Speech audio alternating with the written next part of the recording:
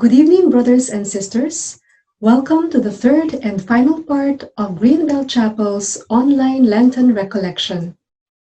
Since our topic for tonight is on the sacrament of the Holy Eucharist, we invited a Sacramentino, a priest from the Societas Sanctissimi Sacramenti, which is Latin for Congregation of the Blessed Sacrament.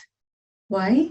Because their ideal is to live the mystery of the Eucharist and to make known its meaning so that Christ's reign may come to the glory of God and be revealed to the world.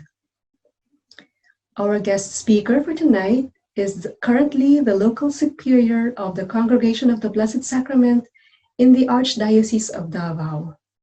Without further ado, let us now listen to Reverend Father Froilan Briones, SSS.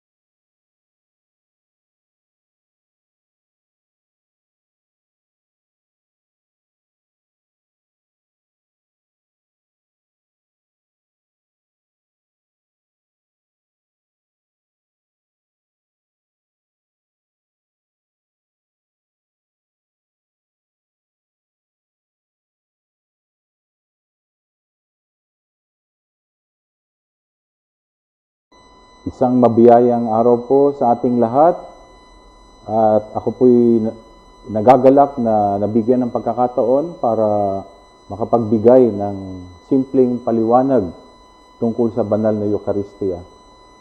The song that we heard at the beginning, in a way, gives us a summary of what the Eucharist is all about. A beautiful song that would give us and guide us, especially in understanding the Eucharist. So ito pong ating pagbabahagi ngayon ay ang culmination of the Christian initiation. Tayo rin po ay nagpapasalamat dahil sa pagkakataon na ito ay pinagdiriwang din po natin ang 500 years of Christianity in the Philippines. So narinig nyo na po yung tungkol sa baptism, sa confirmation, ngayon naman po ang Eucharist. Napakasimple lang po ng ibibigay kong paliwanag. At ito po ay siyempre magmumula sa ating tinatawag na Catechism of the Catholic Church. At ito po ay nasa Part 2, Article 3. Kung makikita nyo po, the 4 pillars of the Catechism of our faith. Nandito po, kaya kailangan maganda. Lalong kayo natatanggap ng 3 sakramento na ito. Sana po meron kayong kopya ng Catechism of the Catholic Church. At sa ating pong pagninilay, maganda po na ito po yung pagpapaliwanag natin kung anong Eucharistia. So, dadaanan po natin ng mabilis lang. Ano pong sinasabi dito sa Catechism of the Catholic Church? Una, the Eucharist is the Lord's Supper. Bakit po? Because of the connection with the supper which the Lord took with His disciples on the eve of His Passion. Kaya nga po ngayong darating na Holy Week, atin po itong muling babalikan. No? And also, it is called the breaking of the bread. Bakit po breaking of the bread? Because Jesus used this rite when He blessed and distributed the bread to the disciples at the Last Supper. So sabi nga po dito sa Acts 2:42, they devoted themselves to the apostles' teaching and to the fellowship, the breaking of bread, and to prayer. Ano pa po yung sinasabi tungkol sa Eucharist? Ito rin po ay memorial of the passion and resurrection of our Lord Jesus Christ. Bakit po uli? Sapagkat tayo nag-gather on the day of the resurrection and recall how Jesus gave His life for us. Ganun po tayo kamahal ng Diyos, no? Inalay niya ang kanyang buong sarili. Kaya hindi natin pwedeng paghiwalayin yung banal na Eucharistia at yung pagkakapako kay Kristo. And of course, binigay niya ang kanyang buhay sa cross. So every Eucharist is our participation in that sacrifice. At ang susunod naman po, the Eucharist is also referred as the Eucharistic Assembly. Eucharistic Assembly because it is celebrated amid the assembly of believers. Pero kung titingnan po natin, saan ba nanggaling itong salitang ito? It comes from the Greek word synaxis. Syne meaning together and axis meaning the central point around which something turns. So it recalls the life of early Christians. They were centered around the Eucharist. So ganun din po sa panahon natin ngayon. And the entire liturgical year is built around Sunday because it is the day which Christ rose from the dead. So kaya nga po napakahalaga ng araw ng linggo. Yan po ang hinihiling sa atin ng simbahan. Huwag natin kakalimutan ang araw ng linggo, araw ng pangilin, araw ng pasasalamat sa Diyos. Kaya kailangan po tayo ay magsisimba. Ang susunod naman po, ang Eucharist is also identified as the Holy Sacrifice because it makes present the sacrifice of Christ offered once on the cross, which completed and surpassed all other sacrifices. Kung babalikan po natin bago dumating si Kristo, ang ginagawa po ng mga Hudyo, mga Israelites, they offer animals for their sacrifice. Pero sa ating pong pagdiriwang ng banal na Eucharistia, mismong si Jesus ang nag-alay ng kanyang sarili. That's why it is called the Holy Sacrifice. At siyempre po, isa pang tawag na familiar sa ating lahat, the Eucharist, is the Holy Mass. Since the liturgy in which the sacred mystery is celebrated concludes by sending us forth to accomplish the will of God in our lives. Bakit po? Because this sacrament, we are united to Christ, who makes us sharers in His body and blood to form a single body. Kaya nga po tinatawag din natin the Holy Communion. That's why we are in union with Jesus. Huwag natin kakalimutan, yung iba umaalis agad pagkatapos hindi pa nabibigay yung final dismissal. Doon po ay sinasabi na kailangan makiisa tayo kay Kristo. And kung i-relate po natin ngayon sa tema ng ating 500 years, gifted to give. So Jesus gave Himself to us as a gift. So tayo rin po na tumanggap ng grasya na ito, ng biyaya na ito, kailangan tayo rin ay maging bahagi at tayo makapagbahagi ng biyaya na binigay ng Diyos para sa atin. So babalik po tayo dun sa salitang Eucharist. So nakita po natin the terms found in the Catechism have enabled countless people to express what they believe and to speak what they have come to know. So kahit po anong gamitin natin na term, we always go back to the Eucharist. Iisa lang po sila lahat, no? That's why to describe and explain the Eucharist, a treasured part of our faith, and become words that are very precious to all who cherish this great gift of love from our Lord Jesus Christ. However, these are explanations from the Church and not from our hearts. Kaya nga po siguro, sinasabi natin, may mga kapatid tayo na pagkatapos matanggap yung mga sakramento na ito, nawawala na. Sapagkat hindi po nila naunawaan siguro. Importante yung maunawaan natin sa pamamagitan ng ating mga puso. And napakahalaga po nitong ipagpaliwanag sapagkat pag hindi natin napalalim ang ating pag-unawa sa Eucharistia, para itong isang ordinaryong kaganapan lang sa ating araw-araw na buhay. Pero hindi po, kailangan makita natin na sinasabi nga ng ating mga naging mahal na Santo Papa, the Eucharist is the center and the summit of our life. So, paano po natin mapapalalim? So, may nakita po ako na napakagandang para maipaliwanag natin. How do we see the Eucharist that it has a meaning in our life? What does it mean to us? May kahulugan, mahalaga ba ito sa atin? Especially kayo natatanggap nito na medyo may mga tamang pag-iisip na, hindi katulad ng bininyagan o nakatanggap ng Eucharistia, mga bata pa, pero sa inyong pagkakataon, kayo mga nasa tamang gulang na.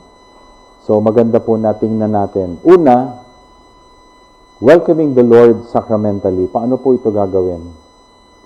Of course, through communion, the moment when you cradle the Lord of glory in your hands, pagtanggap mo niyo sa Kanya, the Lord cannot be described in any other way. But in that moment, you also recognize the Lord who comes to you is the same Jesus Christ who came to His people during His time.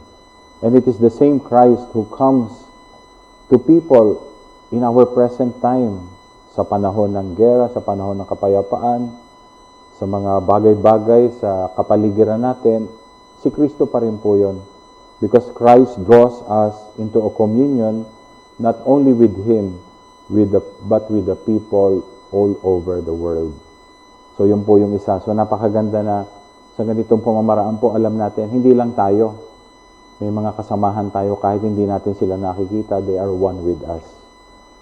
Ang pangalawa po is, maybe the Eucharist is that moment when you welcome your Savior into your life. So tatandaan po natin, bakit ba natin tinatanggap si Kristo? Huwag natin kakalimutan, it is Jesus who saves us from our sins, but also the Jesus who saves us from being too materialistic, too insensitive and uncaring, too involved in our work and neglect of our family, too focused on our success and indifferent to methods used to achieve, and even too concerned about impressing others and not our life with Christ. So there is so much that Christ saves us from, and we know how much we need Christ's presence in our life. Kaya ito palagi kong pinapaalala sa mga tumatanggap ng komunyon, huwag natin kakalimutan kung ano yung tinatanggap natin. Sana yun ang pagsumikapan natin na maging katulad niya tayo. And yung pong pangatlo, sana po yung Eucharistia, no, ay nagbibigay sa atin ng kapayapaan. The Eucharist is our peace, no? Because our life is centered in the Eucharist. The time in the presence of the Lord is the only time you have to focus on Him. Sabi nga natin, pag nandun ka sa loob ng pagdiriwang ng Eucharistia, hindi natin inaalala yung traffic, hindi natin inaalala yung mga tawag sa cellphones, walang interruptions. It is just an opportunity to be with Jesus, and we experience that peace. It is a time of deep inner tranquility that cannot be experienced in any other place. Kaya sabi nga nila, kahit ang simbahan nasa gitna ng syudad, pag nasa loob na tayo ng pagdiriwang ng misa, para tayong nasa oasis. No? It is an experience that we really have that gives us that assurance that Jesus is with us because Jesus gives us peace. So, sana po itong sinare ko sa inyo, no, maging bahagi ng inyong buhay araw-araw. Ang Holy Eucharist ay napakahalaga sa ating buhay. No? Kaya nga po, bibigyan lang natin ng konting pagbabalik sa ating pag-unawa. The Holy Eucharist, nakikita po natin in the appearance of bread and wine. Pero hindi ko po masyadong laliliman ng ating pag-unawa, pero meron po tayong tinatawag na may pagbabagong nangyayari sa essence ng bread and wine. Nakikita po ng mata natin, tinapay at alak na nasa chalice or nasa cup. Pero pagkatapos po ng consecration, nagiging tunay na katawan at dugo ni Kristo. At napakarami na pong mga naging Eucharistic miracles na para patunayan, no, na talagang nagbabago po. And hindi naman po ito makikita sa lahat ng banal na misa, pero alam po natin na ito ay nangyayari sapagkat si Kristo mismo ang nagsabi. So, balikan lang po natin, parang it's a review. So, ang Holy Eucharist is both a sacrament and a sacrifice. And of course, pag tinignan po natin ito, pag tayo nagdiriwang ng banal na misa, tulad ng sinabi ko kanina, ginugunita rin po natin ang pag-aalay ni Kristo ng kanyang buhay para sa ating lahat. So, isa-isahin lang po natin siguro, yung pinapaliwanag ko po kanina, yun ang tinatawag nating real presence. The Eucharist is the real presence of Christ. In the most blessed sacrament of the Eucharist, the body and blood, together with the soul and divinity of our Lord Jesus Christ, and therefore the whole Christ is truly, really, and substantially contained. And that is in our Catholic Catechism of the Catholic Church, number 1374. Nandun po. Kaya pag binibigay natin ang lahat ng ating, hindi lang ang pagsamba, hindi lang ang pagbigay papuri, pero pati po ang paggalang at respeto. Kaya nga po sinasabi natin, pag ang Eucharistia ay na-consecrate na, ang banal na komunyon, pag may ginawa tayong hindi maganda, it is desecrated.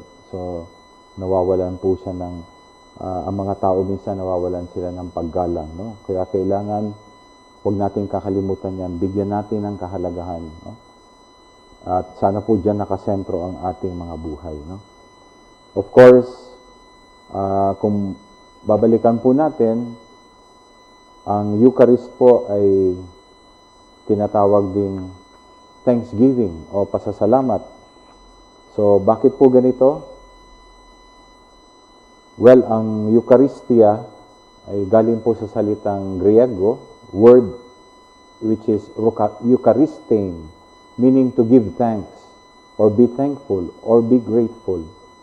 So why would the church choose this word to describe this gracious event? The Eucharist with which we are most familiar is the event that takes place during Mass. But there are two other Eucharists that are linked to this, and they are the Passover, when Moses led the Hebrews out of Egyptian desert into the promised land of Israel. Kaya napakahalaga po nitong pagdiriwang na ito sapagkat ginawa ni Kristo sa pamamagitan ng pagdiriwang ng Passover. And yung pong nangyari ito nung the Lord's Last Supper.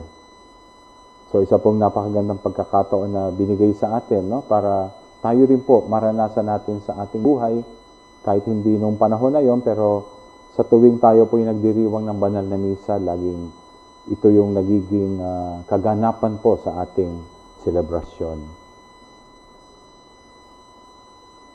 So the Eucharist, Christ instituted the Holy Eucharist at the Last Supper. And about a year before the Last Supper, our Lord Jesus promised to give us the Holy Eucharist. And kung gusto po nyong may time kayo, you can spend time reading the 6th chapter of the Gospel of John. Nandyan po lahat sa Gospel na yan ni John chapter 6, ang fulfillment and promise ni Jesus. Kaya napakaganda po na bigyan natin ng panahon, especially ngayon na kayo ay tatanggap na nito sa araw ng Easter Vigil. So, sana po ipagpatuloy natin ang pagninilay natin. Hindi man yapat, nandun na tayo, tapos na lahat, wala na. So, bigyan po natin ng halaga ito sa buhay natin. Kung paano natin binibigyan ng kahalagahan ng ibang bagay, mas lalo po dito nakafocus tayo. And of course, Christ gives us His own body and blood in the Eucharist, first to be offered as sacrifice, commemorating and renewing for all the time the sacrifice of the cross. And second, to be received by the faithful in Holy Communion. And third, to remain ever on our altars as the proof of His love for us and to be worshipped by us. Kaya pag mas lalo pong napalalim ang inyong pag-unawa at ang inyong relasyon sa ating Panginoong Jesus sa pamamagitan ng pagdiriwang ng banal na Eucharistia, makikita nyo, hindi lamang sa pagdiriwang, pero kailangan may mga pagkakataon pa rin po tayo na we will spend time to worship Him, to adore Him outside of the Mass. So sana po huwag nating kakalimutan ito. Sana ay maging future plan natin, no? After receiving this sacrament, na hindi tayo makukontento, no? Na sapagkat sinasabi nga po, ang adoration of the Blessed Sacrament is the extension of the celebration of the Eucharist. So, babalikan po natin uli itong image na ito na nagpapaalala sa atin, no? Ang nakikita natin, ang tinapay, ang nakikita natin, ang wine, no? Pero alam po natin, pagdating ng panahon na yon, na nabanggit na yung mga salita na inuulit lagi ng pare, kasi sabi nga, in the person of Christ, the priest is saying what Jesus said during the Last Supper or the Lord's Supper. So kung ano man po yung binanggit ni Jesus, yun ang inuulit na sinasabi ng mga pare. At ito ang nagiging paraan para maging kaganapan yung sinasabi nga natin na the ordinary bread and wine becomes the true body and blood of our Lord Jesus Christ. So hopefully, with our eyes of faith, we will be able to see Jesus. Our bodily eyes do not deceive us when they see the appearance of bread and wine.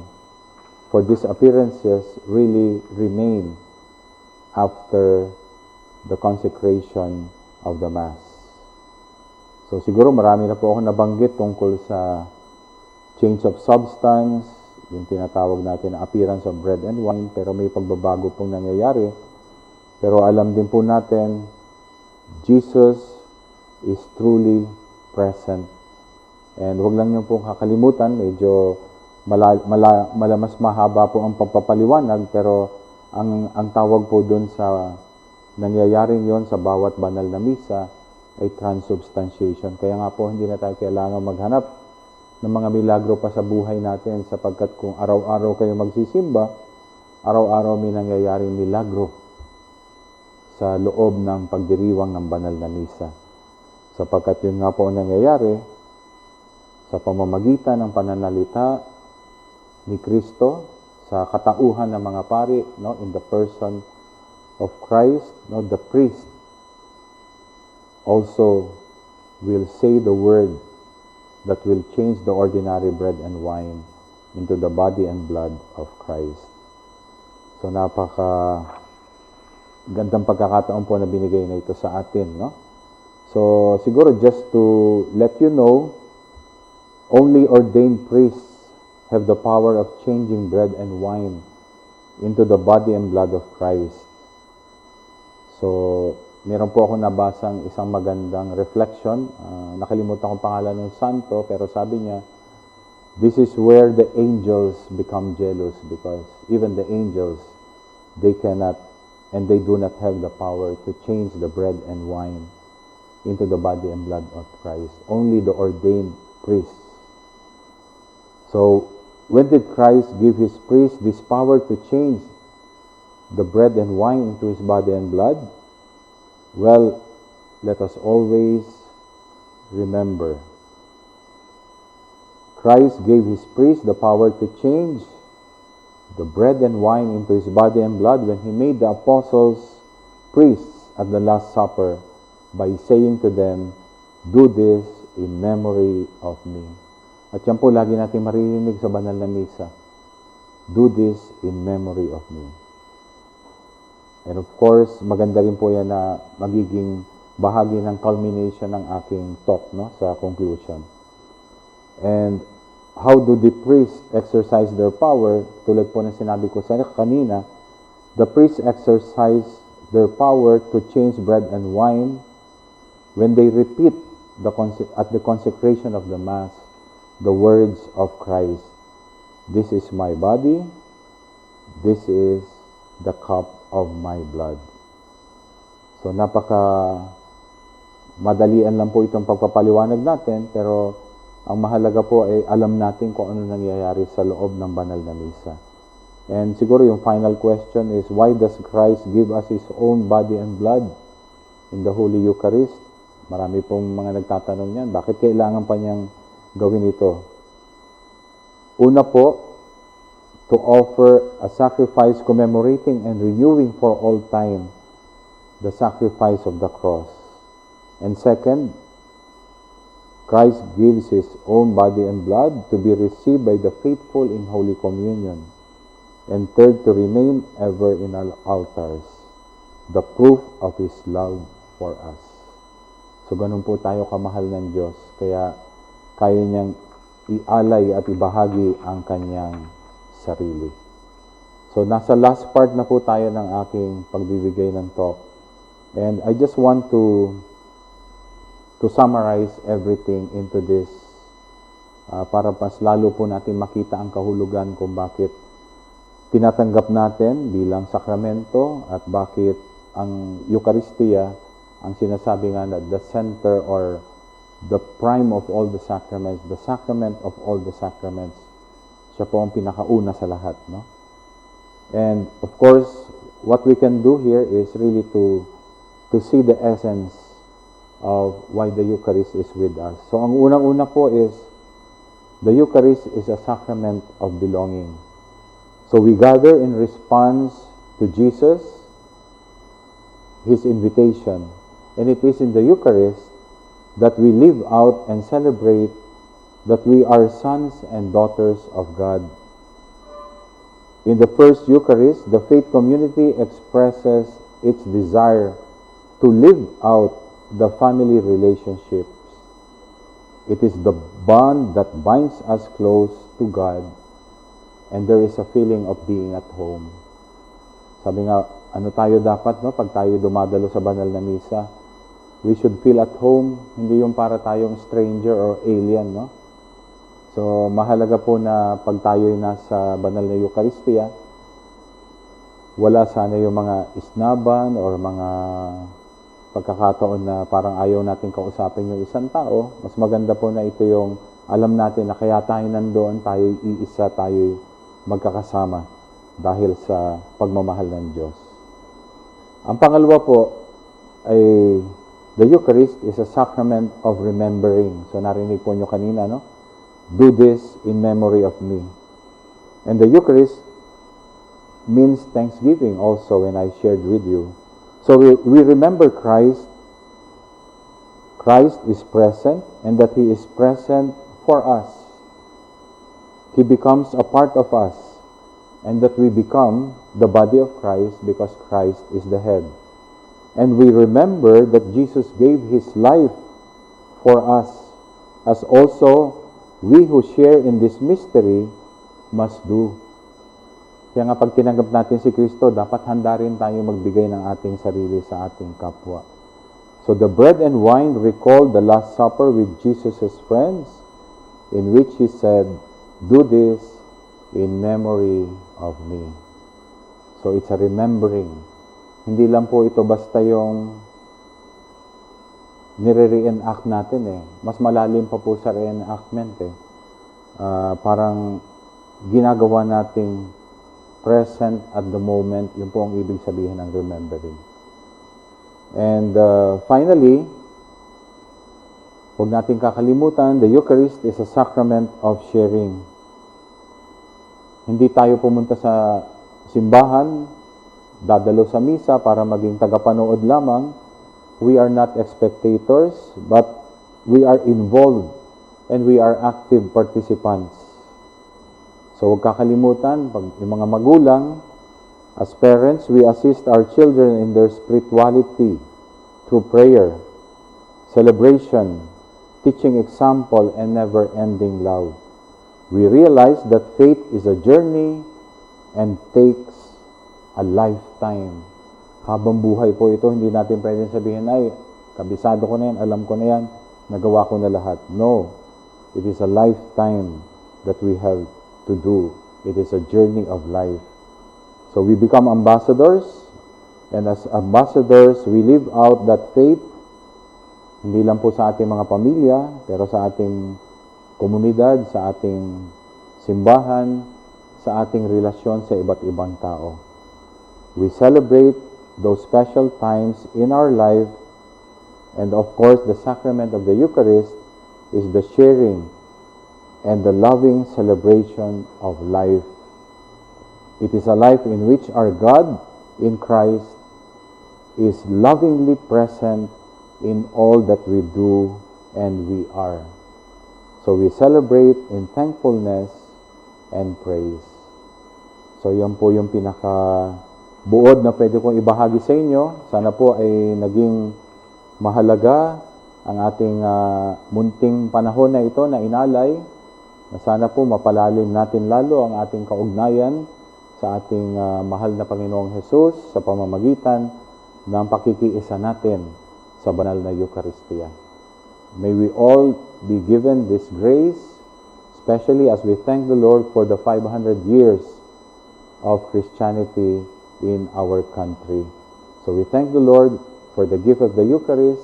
We thank the Lord for the gift of Himself, of offering His life for all of us. Amen. Maraming salamat po sa inyo.